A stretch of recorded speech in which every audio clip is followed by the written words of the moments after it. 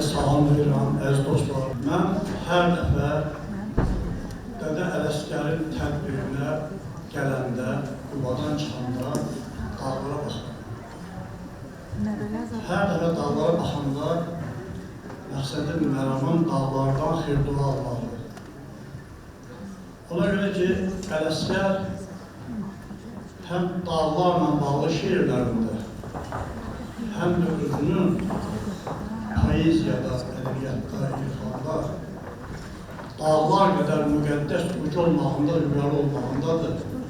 Ümumiyyətlə, mən harası 5-ci sinifdə oxuyanda dağlara baxıb bir poeti yapmışdım. Bu dağlar, uca dağlar, ətəyi yonca dağlar, məndən cavan görür, babamdan uca dağlar.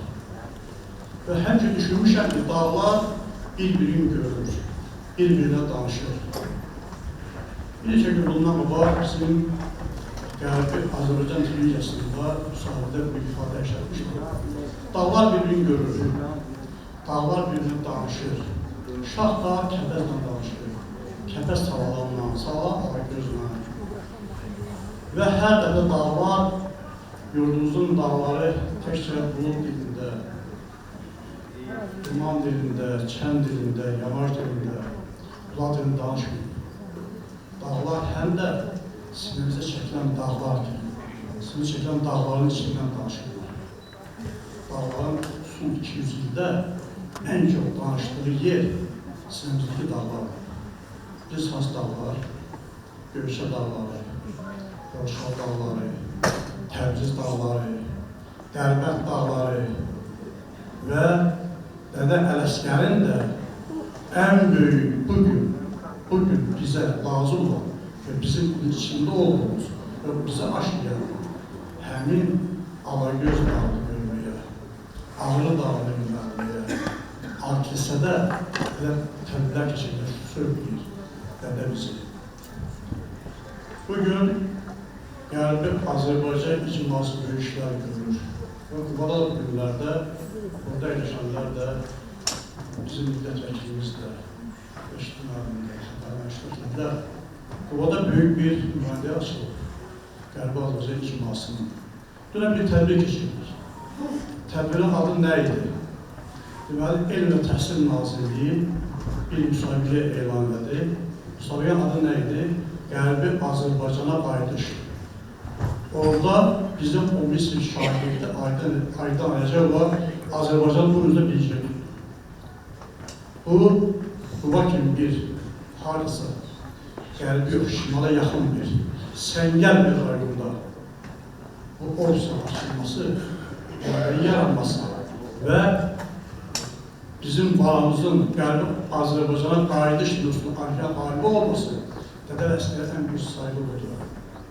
Dədə Ələsgərə ən böyük sevgi budur. Çünki Dədə Ələsgər Allahın taxtından düşənmişdir. Çünki Dədə Ələsgər işinin taxtında şahdır.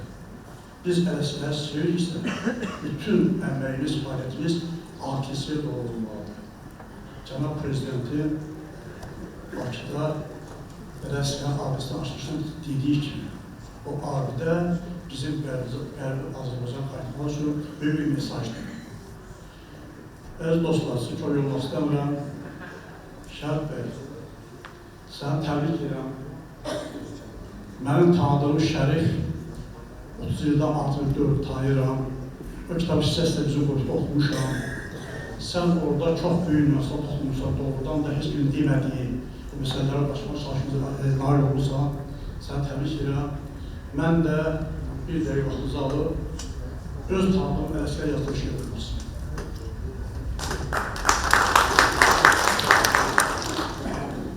Nə sazdır, nə sözdür, nə də aşırdır.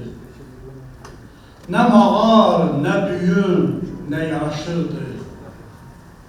Allahın taxtından düşən işirdir. İşirin taxtında şah nəvəsilər.